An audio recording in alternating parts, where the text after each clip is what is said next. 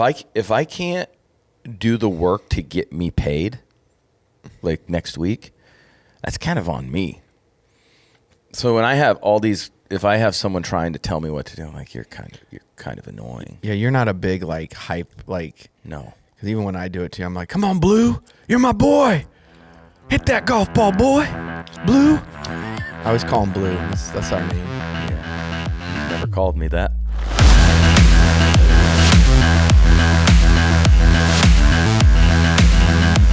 I literally have no idea what we're talking about. Sometimes I'll have one topic. Have we talked about offense yet, really? No. Like living an offended life? Okay. No, I'm talking about the first however many minutes. either. I have not a clue. So here we are. Do you know what my favorite Super Bowl was? No, how would I know? How would I know that? So I honestly think the best one was in the early 1940s when we brought multiple countries together, and then Jesse ran the track. Wasn't it Jesse who ran the track and beat all the Germans? What's his name? Jesse Owens. That was my favorite Super Bowl. There's a lot of people. I'm just messing because it's the Olympics. It's the Olympics this weekend. You get it? I Not only the Olympics, but we have the Super Bowl too. Did I blow your mind with that one? There's nothing that's similar about that. You know, it's the Winter Olympics, right? Oh yeah, it is the Winter Olympics. I'm pretty excited about that. I don't know. Did you ever know that I was just a quick sidetrack? Did you ever know that I was a big Olympics fan? I love the Olympics. I mean, with your sprinting victories growing up, I could see that. Well, did you know that Did you think you were going to the Olympics? I fully thought I was going to the Olympics till I think I had a revelation probably at like 19 or 20 that it probably wasn't happening, but I'm just joking. Probably 12 or 13, but I was. The thing I was is, convinced, he's not joking. I was convinced. No, I was convinced I was going at probably 12 or 13 that I would be in the Olympics one You day. probably aren't joking that like around 15 or 16 you still thought so. You told me within the last couple years that you thought you could have played Division II football. I still will stick to that one. Me and you could have been on the same team. How cool would that have been? I would have backed you up. And then we would have gotten drafted together. I'd have backed you up. So there's this thing. I've talked about this a lot. I don't know if on here. It's called social awareness. That's kind of just being aware of like things going on, like really in the world, and like understanding. There's no way on this planet Earth you could have played Division II football. Like you didn't know me back then. There is 0% chance you could have been taking steroids. You say, "Oh, I didn't play because of puberty. I didn't play because the coaches didn't like me. I didn't play my football this, coaches that, and liked the me. other. I didn't play because I made bad life choices. I was smoking cigarettes like crazy." You couldn't have played Division II football if you were juicing out of your mind. What? Social awareness. I just wish you could have seen me at 19 years old. I wish I could have seen you at 19. It would have been, you would have beaten me out, but it would have been a good competition for running back. I had great vision. Like I don't know how to describe it.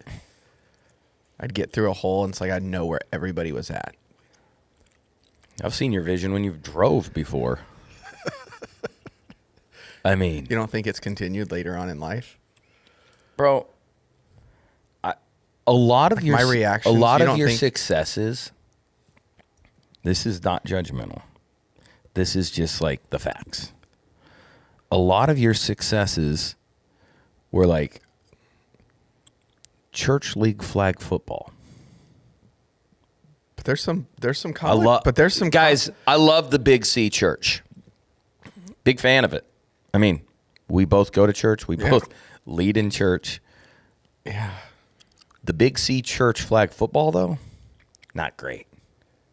And that's how you always share your successes in football. Go ahead, take a drink. Okay. That's how he shares his successes in football. To me, that shows me, and I don't want to say you're not like with it, but I'd say more so like you're not with it. I'm still dreaming. Do you know? Okay, hey, real quick before we get to the Super Bowl, because I do want to ask you some. Olympics. I have some thoughts. Division II football. Do you know what I thought about in the Olympics? What I was going to do, and I'm not joking. I don't know if I've ever. You probably thought you were a high jumper. No. For the winter. I never. I don't know if I don't know if I ever told you this. I was a really fast skater back in the day. Do you like watching the speed skating? I loved watching speed skating. I'm kind of don't excited. see you as that guy. It's weird saying this. I could see you. I think right now, if me and you train for speed skating, I think we could probably make it as a duo to the Olympics. We could represent. I'd go find a better partner. We could represent the USA. Who would you pick? I'd go find Rocky Ono. Oh, is that the guy's name? Apollo Anton. Apollo Antono. Tell me you don't know Olympics without telling me. Apollo Anton. That's it. Apollo Antono. How's he doing, by the way? Apollo Anton. Not Anton. How's Apollo Anton doing? Anton Ono. How's Apollo? Probably Anton? great. I heard he's a pastor at a church down in Georgia. That is not true. No. I mean, I guess that could happen. I don't know. That was. I was just thinking. That about was him. made up like he could play Division II football. Okay, so let's pretend I play Division II football. Let's play a scenario. Let's roll out a real life scenario. So I will say this: there's some Division II teams that are absolutely awful. Don't think you could play special teams on that team. Oh, dude, you didn't see me back in the day. I got to get some footage. We got to find enough footage, of you. Blake. No, you got. I've seen enough. Can you get some of the old school VHS home camera stuff? Then I'd love to see it. We're gonna try to find it. That's my new mission. I'm gonna talk to my parents about finding some old school camera stuff, VHS stuff.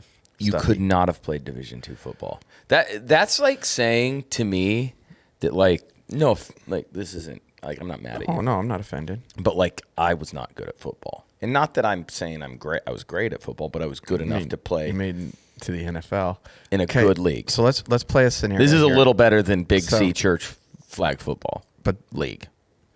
So let's play a scenario out. Play it. You're a scenario king. We're at He's a scenario boy. We're at Shadron State. You're a senior. I'm a junior.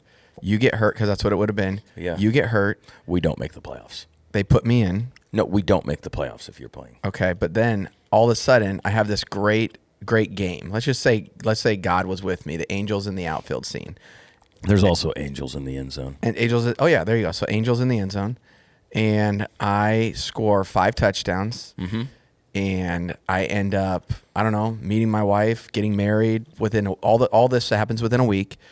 And then I get drafted as a junior. You get married within the week, or you? Yeah, because I scored all those touchdowns and people think I'm cool. Yeah, so and that would probably be a good marriage. Yeah, so it's a good marriage. I meet a sweet lady from Shadron, also that happens to Shadron. That happens to be my wife, Emily. Somehow she was up there during the game, saw me. But anyway. So she was doing campus ministry and witnessed to me. Yeah. After my 5 touchdowns, I make it to the NFL because you're obviously out doing drugs the night of the game.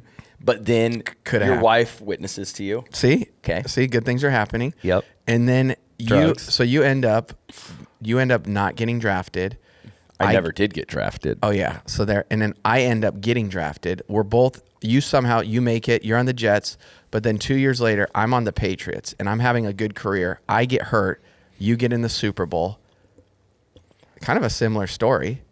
It's just I'm using me as the example. What happens? What's it like?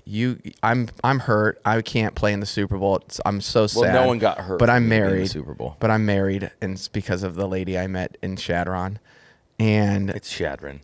And then we're going to, let's just relive the Super Bowl. I want to know this. What's number it like? one? No one got hurt for me to play. No, but I mean, I would have been in front of you. Like, Gotcha. I would have just scored 5 touchdowns. What was it like getting ready for a Super Bowl? Yes, I want to know. So basically, really what I'm asking is... Super Bowl's crazy because you have that week off, and then you fly out the Sunday. We flew out the Sunday before the game, so we were there a whole week. Okay. It was in Indianapolis. Okay. And you had media every day. You had all kinds of like annoying stuff that is just not a normal week. And then that week in practice, I like pulled my groin. No one knew about it. Oh, it was one of the worst things ever. Are you serious? It was terrible. So I was getting massage every day. I was getting treatment every day. But I played it off like it's like, I'm just a little sore. I didn't know if I was going to get a play. But I, in my head, was like, just get through a week of practice. On Sunday, you'll figure it out. You're going to take a Toradol.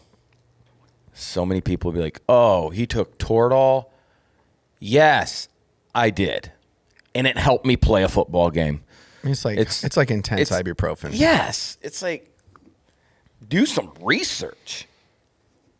But it was, the week of was hard because I had, and then you have family there.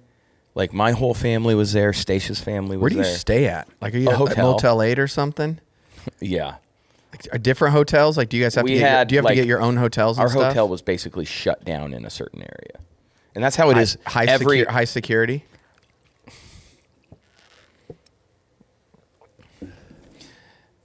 So we're practicing, and I didn't know if I was going to be able to play. And then there was all that other stuff. I did meet Austin Dillon, race car driver. He wanted to meet me. Cool, how funny dude. is that? Was that I fun? would not have wanted to meet me. Were you just... I wonder if it's because I was a small white guy. Were you just in your own little world? What do you mean? Like, is your mind just thinking about the glory of the game, like the practices? Like, what's going through the mind?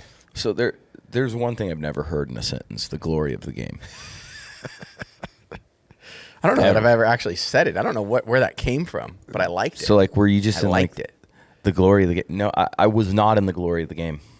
I was practicing, going to bed, waking up, doing the same thing. Not necessarily in the glory of the game. Are you sleeping? Just trying to get sleeping to with your? Are you like in your room with your family, or is it like you have a guy? Like, I'm serious. Is it? How does it? No. Work? Oh, so it's like you're in like game mode. So like, luckily I wasn't like a partier, right? Yeah. Are some people going out and partying? If you don't have curfew, if you're not staying if it's like, oh, I'm staying with my family. Some people are going to go party. So, like, you have to do that on all road trips. But, it was fun. There was one thing that was fun. We went to Steakhouse in Indy. It's called St. Elmo's. Oh, you went? Oh, my gosh. I've never been. We had a big group. It was mainly the offense, I think. And so there's all O-linemen. There's a lot of guys in there. There's over 20. Yeah. Over 20. And we're ordering huge steaks, not the cheap ones. And then I remember some of the older guys getting, I can't remember if it's what the wine is. I'm not a big wine guy, so I don't know. But is it Opus One maybe? Have you heard of it? I don't know. Let's call it that. Very pricey wine. Very. And it was like, we're like, this is really good steak. I don't know if I had a glass of that wine or not, but it was a lot of fun. We get to the end of it, and Welker's awesome, hilarious. And he might have been with some other guys the one that said, like, hey, let's get this wine. Well, he goes, all right. We get the bill. He goes, all right, credit card roulette. Everyone throws their credit card in. Oh, my gosh. I'd be so the thousands of dollars that it costs. Because it's an unbelievable steakhouse. 20 grand? Then each bottle of those was probably $1,000. Like, it was a lot. And I'm like, imagine. Oh my gosh. And you hadn't had a big Where contract are we? then. No. And I'm like, where are we? And then think about this though. There's a lot of guys who are getting paid a decent amount less than me, and they're throwing their credit cards in. And I'm like, I wish I would have known we were playing this game. So what happens is you select a card, and you get it, the last one in has to pay. Oh, my gosh. And I remember getting down, I think I was one of the last 5. Or you just... Mine got selected. I'm like, oh, my gosh, we're good. Like, am I going to have to call my... Are we going to have to move some money to pay for this dinner?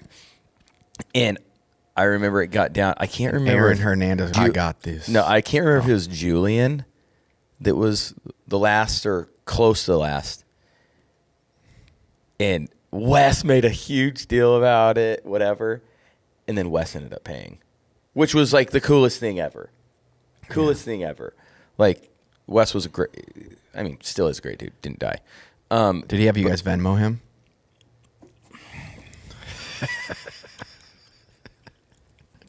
If he paid for it. I'm just messing. I'm just here to have fun. I'm just messing around. I'm here to have fun. But that was a lot of fun. That was on the Tuesday night. Then it was business. Then we get all the way to Sunday, and I'll tell you what, unlike any game, anything ever, I was laying in my hotel room most of the day. Really? Just Early in the morning, Stacia came over, brought Gia, because Gia was a pretty new, like 6 months. oh my gosh. So I just spent time with Gia and Stacia close to our hotel. We parked in some random parking lot because they couldn't come into my hotel room. Was that just Security. like people, if they would have seen you, probably would have like flipped out. I mean, you're literally... Yeah, but it was like 7 in the morning. I think we got coffee or Yeah. just kind of hanging out. Just what we And do on trips. Yeah. It was awesome. And then the game took forever. I mean, we got there 4 hours early or whatever, 3.5, 4 hours early. You go out and warm up. You have to warm up earlier than normal because there's all the shenanigans. I get on field and all, like, I see Prime, Coach Prime, Joe Theismann had, you can look it up, I'm not going to say it on here, but called me Danny Wood something accidentally. Was that at the Super Bowl? No, but it was that season. Oh, okay. He's like, I'm sorry, I knew your name. I go, I don't care. Like, it's cool that you guys are even talking about me. Yeah. It's hilarious. So I see all these former players warm up. Then I get to I remember we get back out during the national anthem. Can't remember who it was. I know Madonna was the halftime show. It was just like wild. I'm like, where am I? Then we end up first play. I think it was a pass play. I can't remember if I had to block anyone. But like, it happened. I was like, oh, all right, this is football. End up having a really good game. Score a touchdown. Really cool stuff. Oh, halftime, I had to switch jerseys because they put that jersey, my first half jersey, I think, in the Patriots Hall of Fame. Like, it's like the weirdest thing. And then it's 30-minute halftime, which is usually 10. It's like, it was just like, it was the weirdest thing ever. So much fun. Wish we would have won. But, like, didn't change my life either way. It wouldn't have been any different. Like, what? I'd be retired and doing a podcast with my best friend who knows nothing about sports. That's the same. It would have been the same thing. So, but it was awesome. It was a wild day. And do you think I would have had fun that week if we were back there and we were friends that week leading up to it and I had an access pass? What do you think? Like as a player, or you're saying just as a fan? Just as a fan. But I had like the all access. They let me come You would have been very sick every morning. You would have been very, very sick, probably throwing up or headaches every morning. Yeah, because it's 'Cause back then, dehydration. Dehydration in India. Well, in Indianapolis, the climate's different. The climate's different, so it causes you. Yeah, it has nothing to do with being hungover from like 20 beers. Oh yeah, that wouldn't have. I don't think it would have anything to do with that. Is it like a? And you would have got free drinks, so that would have been dangerous. Like in that era. Day, in that era. So yeah, it's a cool deal. I will say this. Sometimes I will reminisce and just be like, gosh, I played in that. It's so cool. You Yeah, know what it's I a was little thinking about weird. when you said it? How many Super Bowls do you think have there been? If there, I don't know, honestly. What's your guess?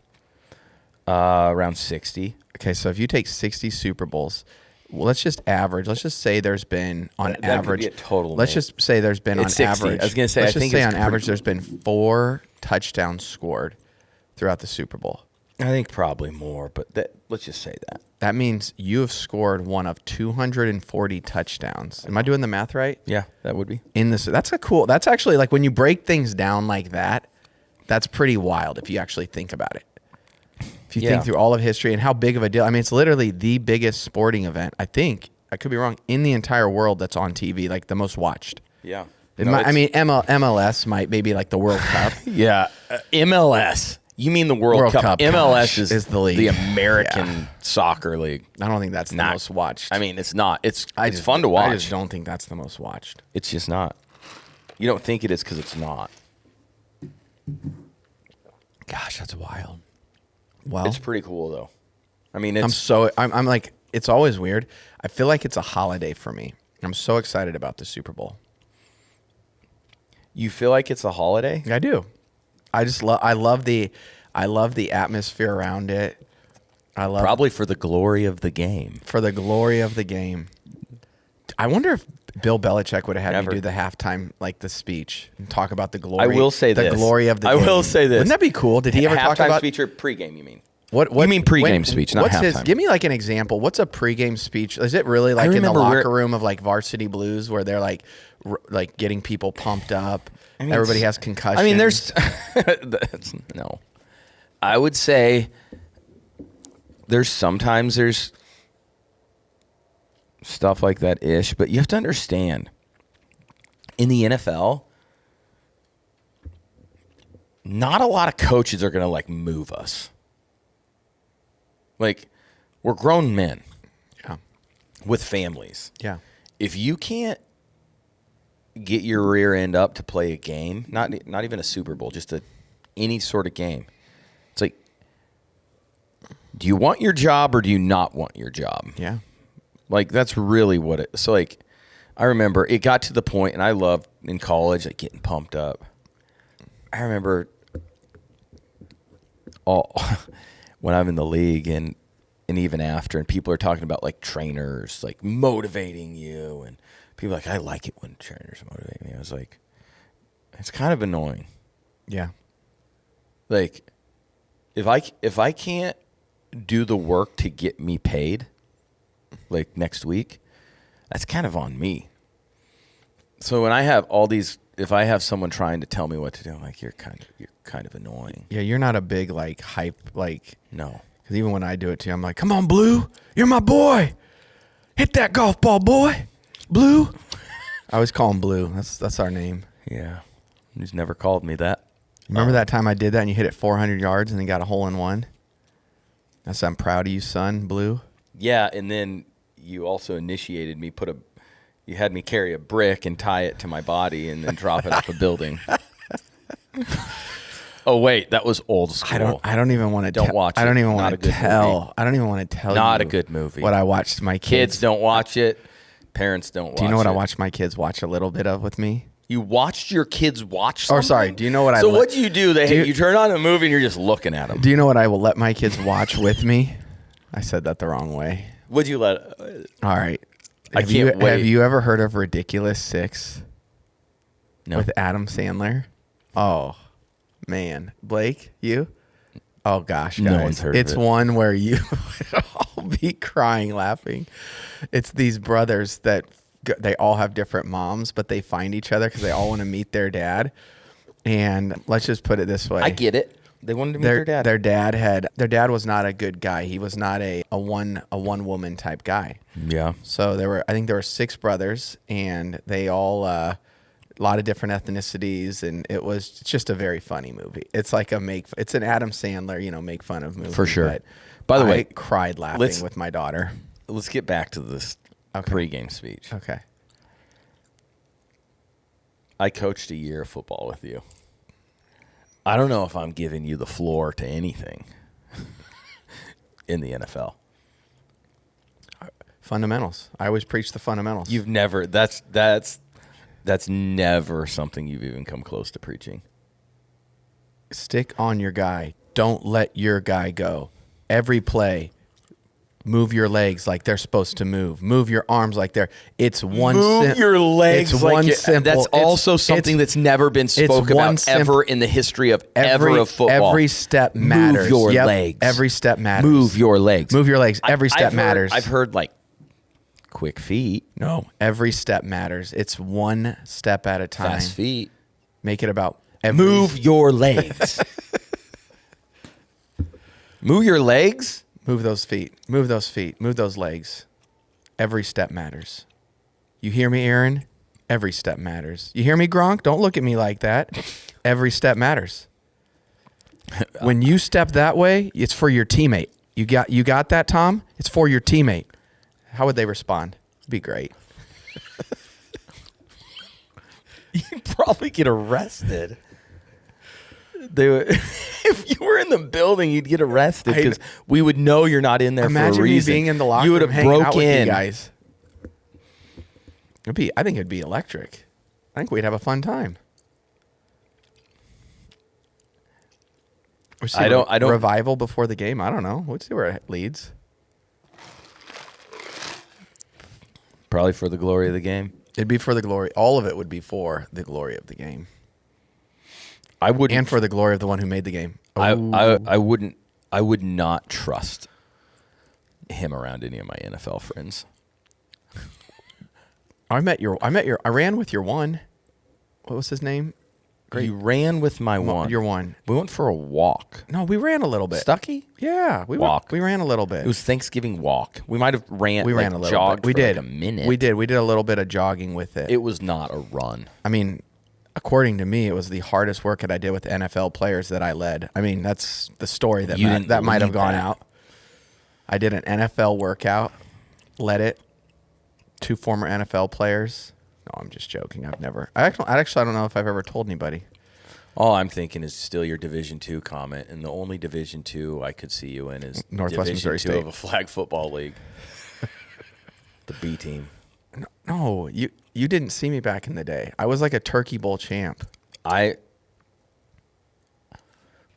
not saying I'm a genius, because I'm not. But I also have 2 eyes. We've talked about your I've gotten running slower style. over the years. I was heavier too. You were heavier then? No, you said I was heavier. No, like when you've seen me, I was heavier. You haven't seen me since. Even watching you, you're a little bit of a waddler. I just don't see it. Am I a waddler? Mm-hmm. Gosh, I never knew that. And even when I saw you kind of run routes, it didn't excite me. I had quick feet though. I did have quick feet. Quickest feet you've probably seen in flag football? No. I think we're about to move on. It wasn't quick feet. The glory of the game. Hey, last thing I do want to talk about before we get into nice little seriousness. How do you like my look? I love your look. I got the lines in my head.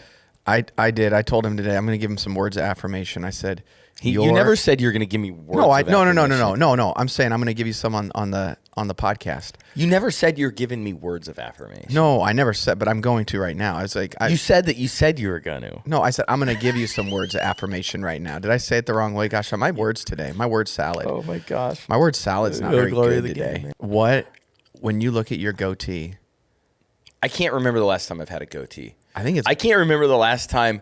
It's the most I filled know out, of a person that's had a goatee. It's the most filled out goatee I've ever seen. Jim Rome, sports guy. Bro, you remind me of someone like who's in Kenny Powers. You do. Bro, you're Kenny Powers. I'm going to start calling you Kenny Powers. I was just thinking of a guy that had a goatee and like a mullet. What's the movie? Don't watch that show. What's the movie where Kenny Powers? Don't watch that show. What's the movie where he's like the attendant and he's in a wheelchair and he beats that dude up with his What? Do you remember that when Kenny Powers, the actor, somebody comes up and says something to him? It sounds funny. It was hilarious. He's in a wheelchair and he beats them up with a stick. I'm trying to remember the movie. I don't know. We would have been back it would have been back like 20 years ago. Probably but anyway, probably isn't legal anymore. Not but street legal. My compliment is, I was like, I think your goatee looks good. I might rock it for a bit. Because I kind of think it looks funny a little. Yeah, I think they're actually cool looking. You can fit a goatee. I don't think on me it would look good. I think you could do it. Do you? I like you with a Fu Manchu. I should do a Fu Manchu. You won't. What if You're I do too a afraid. goatee like this, and I just did a box on my face like this? You're too afraid to do a Fu Manchu. You think? Yeah. Emily see. won't let you. Is that where it goes like this? The Fu Manchu like that? No. What's You're oh no, not that's school. oh that's like this. That's like this. Oh, I mean, should I do it? I could see does that myself. go like this? No, what is that called? What is that where you do the Called the Colonel Sanders. the Is Colonel? what it's called. I need the Colonel Sanders, bro. Should I do the Colonel Sanders? No, you should do a Fu Manchu. I don't think you have the backbone to do it. Let me take off your hat. Let me see your hair. So you cut the sides. Okay, I'm just getting that. It's called a mullet. It's a mullet.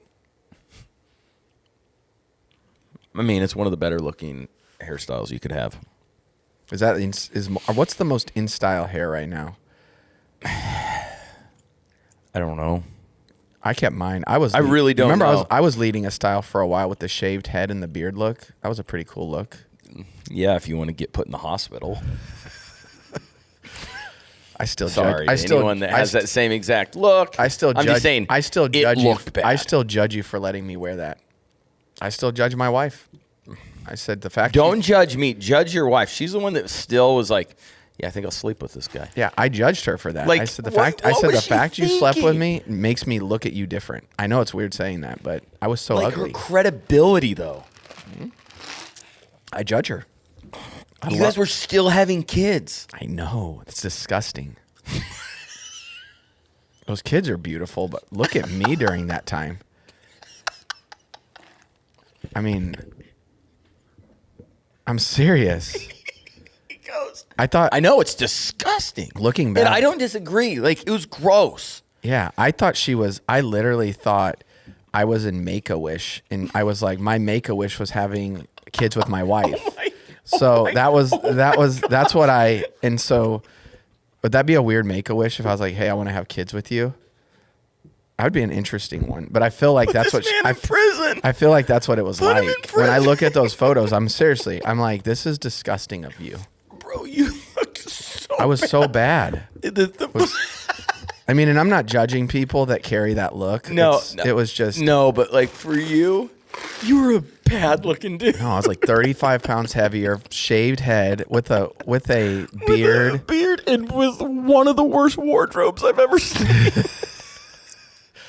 So I've had a little bit of a glow up audience. Oh my gosh, your glow up. If you think he's ugly now, look at him back then. No, I will say this. You're a good looking dude now. Thank you. You were not. No, I wasn't. I received that. Disgusting.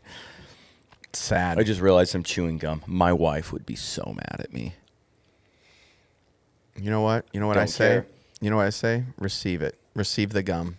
All right. Enjoy it. Hey, lead us into what you're wanting to talk about. I don't know how we can move on after that sequence, but here we are. We want to talk about the Nephilim. We're going to blurry creatures. I'm just joking. I'm just here to have fun. But we're going to talk about offense. I spoke on that on church this Sunday about offense.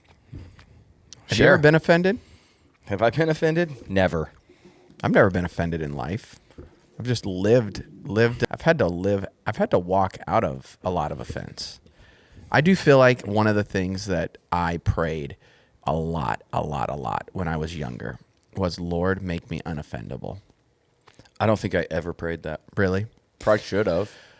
It was just one of those, I don't know why. You know how there's certain things you see? Like, As an 8-year-old boy, I just said, Lord, don't want to be offended. No. Oh, Like, okay, I'm talking like when I gave my life to Lord. You know how there's like early things like that you like adapt, like that it's like that you kind of make as like family pillars. I remember one of mine was, I don't want to live offended. And it was really after, like, I remember sitting with my father-in-law one time, and I would always react. Like, he would ask me a question, and if like I don't know if it's like I couldn't enter into pain of things or whatever it was, but he'd be like, oh, what about this? Kind of like a pointed question about myself that was like, why are you asking that? I don't want to go there, because I didn't really want to talk about emotions. I'm a guy. My wife's family, on the other hand, is all about emotions. So, but I remember him asking me that, and it's like I had to learn, like my heart would jump, like not like kind of like wanting to defend myself and it's like I remember talking to him about offense, and I think I read a book, and I was like, I want to live a life where I just don't get offended, because I feel like it takes people out. I really do. I'm like, because it leads to unforgiveness, it leads to bitterness, it leads to everything that's not good in my opinion. And and I've struggled with offense, but I've just done it probably different than most people. I will inwardly do it and then kind of just dwell on it versus be like mad at the person, because you won't know I'm mad at you. I'm generally not going to be that person. But it's like it'll harbor in me. So I've had to learn, which is not this. It's still, that's even almost worse than just being a jerk to someone in a weird way. Anyway, you were talking about pillars of growing up. More like like mine probably was, at least in my family, is to be known. I would agree. I would say that's like one of yours. And so, but if you talk about offense, I've definitely been offended before. And I think what you're talking about too is like holding it in or whatever. We were taught to so we might have been offended, but we would talk it out right away. Yeah, you would tell people right away. So there was still probably times that we got offended, but we would talk it out. Yes. But that's interesting. So offense is where, but that's what I spoke on. Yeah, expand on it if you will. Yeah, so I feel like the offended heart is a wounded heart. And the number one thing when our heart is wounded is just like anything in life. It's like it's going to cause a problem. Like your wound, I mean, if you have a big wound, and I'm going to say a big wound, it's like it gets infected. If you don't treat that infection, you're going to die. Mm-hmm. And just like any type of sin, any type that enters, it's like you will die. It will kill you. It may start off because you can. And the other thing about offense, it can sound righteous. It's like, it's like, oh, this person did this, so I'm going to do that. Kind of like a eye for eye. I'm going to get back at them, but it can sound like you can over spiritualize offense for sure. Versus just being like you. It's like where you're like, hey, it's like we have to talk about this. We have to figure this out. Like we have to not just skirt things under the rug or whatever it is. And I think that's what offense. That's how you handle offense is by being known and being transparent. But most people, then it's like we'll overthink them. Like, well, I don't want to offend them. I don't want to offend them. How many times have you heard people? Oh, I don't want to do that. This is just a question. Yeah. We actually haven't talked about this. I told him just to. But do you think people that say that? Well, I don't want to offend. It's actually like I don't want to go. Sometimes it's like I don't want to say it's like a people pleasing. No, it is. Excuse, but I've said that it's before. almost like I don't want to go through the mess of conversation to get where we need to be. Yep. That's and I think there's too many times that you call offense, whatever. I don't want to offend anyone. I want everything to be good. No, everything's not good unless you talk about it. Yeah. Because what happens is that person may not even know you're offended. Yes. But you know that you're offended, and that's going to affect your relationship with that person. Yes. Right? So it's actually our job, if we were offended, to talk it out. Or first wrestle with the Lord, be like, is this even legit? Does this even make sense? And then if it does make sense, or it's like the Lord might have you talk to someone. I think transparency and openness in talking is one of the greatest gifts God gives us. I agree. I think it's one of the hardest things you can ever do. I do too. I talk about openness in my family and stuff like that. Doesn't mean we're perfect. It's not fun. Living in real, being known, authenticity is one of the messiest things you can do ever. It's like the messiest life, but I think it's the best, because then you're never gonna be. if I in my family ever was like mad at someone, they're gonna know.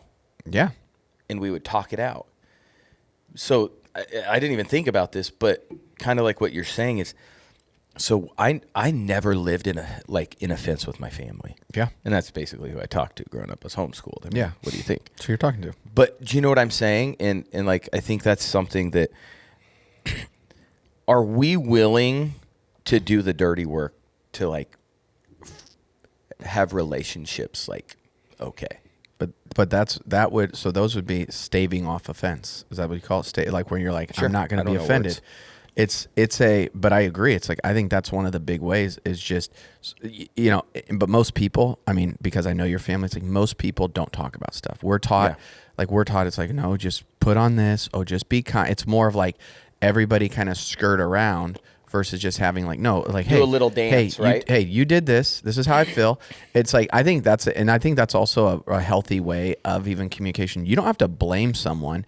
Like one of the things, like when you put it on them, I've heard that in open communication, it's like, you can just be like, hey, when you did this, it made me feel this way. Yeah. And you Even make if it, you you bring didn't it. Yeah. intend Even if you didn't intend to. And then it gives people a chance to respond, because I think a lot of people, it's like, you can say, hey, when you did this, it made me feel this way. They could start denying. They could go, but it's like, dude, I'm just saying, this is what it made me feel. You have ownership. You can either take ownership of that. You don't have to make that, you don't have to tell that person, or they can be like, yeah, I don't care. I did something wrong. And then it's like, okay, then you have to deal with that and be like, all right, do I still let them go? Do I still let them free in my heart? And you need to, because otherwise you're the only one that suffers, right? We're the only ones that suffer when we hold that stuff in. Think about like talking to your wife. Yeah.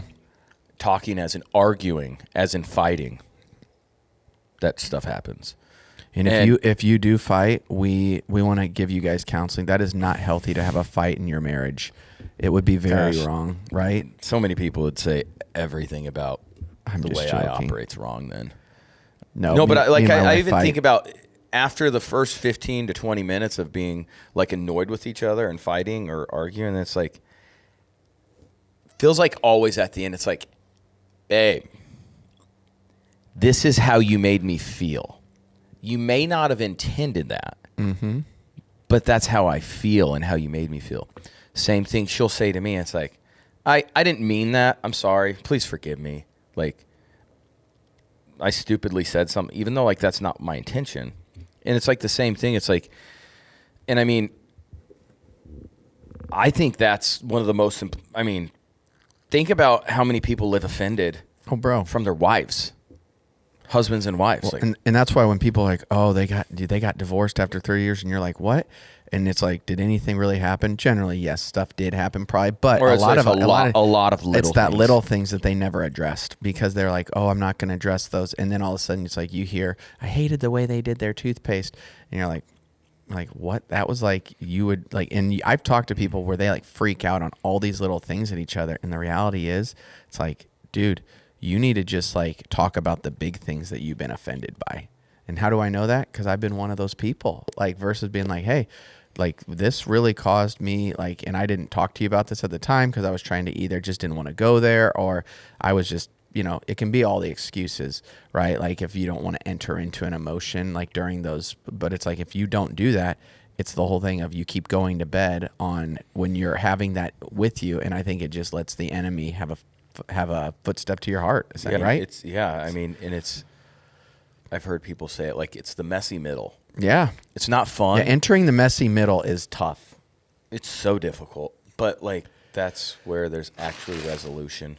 You don't want to live in offense. You don't want to live in grudge holding. You don't want to live in stubbornness, bitterness. Like, but to get to like the freedom of it, there is like a messy middle. Yeah. And it's not fun, but it's worth it to get to the other side. Yeah. It really is. And and then I used examples. I said, how do we not live offended? Like, what is it? And I said, number one, we gotta die daily. I think one of the things we don't talk about a lot in this culture is like, yes, you know me, I'm high grace. It's like Jesus loves us. I think he shows us a lot of grace, mercy. That triumphs over judgment, anything. But we forget this part that our lives are not our own. Like we have to die to ourselves. Like we have to die to our own like wants, desires. it's not like Jesus is like, I want to take those from you, because he's given us those, but it's like, I think he wants to replace those with just living more like him. And when we die daily, I think it was Luke 9:23. It's like it says in the Bible, pick up your cross daily. It was literally talking about dying daily unto Jesus. Yeah. I think that's one of them. 100%. You don't feel offended if you're dead. No, you don't. I think that's good. What was the other one? I think it's Colossians 3. Yeah. And that goes into identity. So I said, you gotta die. You gotta live with identity. And that's Colossians 3:10. I think it's where it's like, we have to put on Christ's new nature. We died. We were risen with him. We have to put on the nature of Christ. In the New Living Translation, that's how it says it, I think, is like putting on the new nature of Christ. And then number 3, which is it's the number one, but we have to forgive. Yeah. Forgiveness is a very, very, I know there's a million people who talk about, what's your view of forgiveness? Yeah, how do you forgive? Let's go there. Let's finish up with forgiveness. I was going to say, I think that's a big one. And these are people listening, but a lot of this is practical. This is, for business, it's the number one thing, really, if you think about it.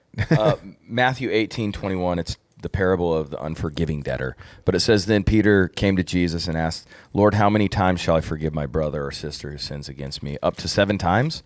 Jesus answered, I tell you, not 7 times, but 77 times. And it's like, really what I think Jesus is saying is he's saying, I want you to forgive infinity times. Yep. He's saying it doesn't matter. And this is where it gets hard, right? Because like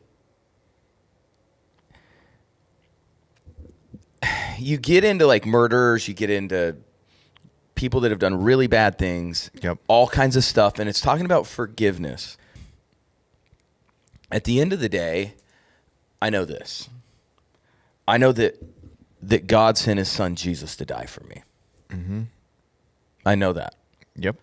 And I know that everything that I've ever done and ever will do was on that cross. I know it. And the thing is, I can't remember where it is, but it talks about if you want your sins forgiven, you got to do the same. I really don't believe that was like a fun idea. Oh. I don't think it was a fun idea at all. I don't think he was like, this is a good idea. If you don't, you don't. If you do, you do. Yeah. I think it's like a command. I think it is a command. Like you better do this. Because if you want to see me in heaven, and you expect all your sins to be forgiven, forgive others. Yeah. And that's a wild one. I've had to think about that so many times. There's so many times too. It's like, is God good? Yes. Is God good? Yeah. Like, is he good if something happens? That isn't good. Something happens to me, my family, or whatever. The person that did those things to me, my family, or whatever, like, I have to be willing to forgive. If I can't forgive, how can I even expect to go to heaven? And I don't care like what anyone says. Oh, but God sent his son. Yep. To die for me. If I want that, he tells me I need to do this. Yep. I feel like it's black and white for me. There's some stuff people are gray about. This is black and white because he says do it. Yeah, forgive. And I think the forgiveness looks differently. Are there still going to be some feelings? There probably will be. Yeah. And sometimes there's going to be a process. Yeah. There's been a lot of times I've forgiven people and I've had to forgive them again the next day. Yep. And forgive them again the next day for the same exact thing. Yep. Like you have to, there's times where I have to do it 100 times in a Yes. day. And it's like, Lord, like, I'm going to need you to help me to forgive. Yeah. I'm not acting like I'm some awesome forgiver. Yeah. But I need the Holy Spirit to help me do that. Like, there's some stuff that I felt like was really crap. Yeah. Done to me and done to my family. Yeah. And I have to continually do it. Yeah. Like, if I'm living in a hatred towards someone else, I don't think that's how I was designed. I don't think that's how I was designed if he said forgive. Yep. Agree. You know, like, oh, you want that forgiven? Well, you need to forgive that. Like, me forgiving isn't even close to as painful as him forgiving me. Think about that. 39 lashings, crown of thorns. Number one, try to carry a cross anyways. Yeah. And guess what the first words he said on the cross were? His very first words on the cross. Do you know? I don't know if I just know once you because say it, I'll know. I know because I was studying this last weekend. The very first words Jesus said after all that stuff, it wasn't, Lord, where are you? It said, Father, forgive them. It's the very first words he spoke on the cross. We were listening to a Instagram like reel. I just want to share this because I think this is powerful. It was a pastor and it was a guy preaching for like, I don't know, a couple minutes, but it was talking about the dude on the cross next to Jesus. And he gets to heaven when he dies, and they're at the pearly gates, and the gate manager or the security guard, right? Peter. Yeah, he says, so what brings you here? How are you going to get in here? Is it by your faith in Jesus? Is it by all these theological things that you did? And he's like, I don't know, like, what the crap's going on here. I'm just up here. And they're like, well, he said, like, I think I'm just going to go in, almost like, he's like, well, let me talk to my manager. And comes back with another thing, like, hey, this, and this, like, is it because of you, almost like you asked Jesus in your heart, you did this. And he's like, guys, I'm up here because the guy on the middle cross said I could come. And I was like, because the guy on the middle cross forgave his sins. Yeah. He didn't do anything. He didn't not miss a day in his devotions. He actually did nothing. He just said, man, like, this guy forgives me, and I'm going to trust that. Mm. And he gets up there and he's like, no, I'm not sure about all this, like, more the religious stuff or the spiritual stuff. I just know the guy in the middle cross said I could come. And I think it's that simple sometimes, like, and now he was towards the end of his life, obviously, but like, the guy on the middle cross said I can come if I do the same to other people. Yeah. Yeah. So I just want to forgive. Like, I mean, the guy on the middle cross said I could come, and he told me to forgive people. Yeah. Because while he was going through the worst agony. I mean, he's forgiving people that literally tortured him. Imagine being that quick. It's like, we're like, literally a lot of times it's like the person who, I mean, and yeah, like, there's some really wrongs in this world. I don't want to act like there's not. Yes, but I don't think any of us have been laid on a cross. Yeah, and it's like, yeah, that's the thing. It's like, we need to just say, it's like, man. Do you think the guy on the cross next to him was a bad dude? Probably pretty bad. He was on a cross. Like, and this is something I struggle. Well, I like, guess Jesus wasn't, but I think about, right, is like, there's so many things. There's people in prison. There's people that do really, really, really horrendous stuff. Yeah.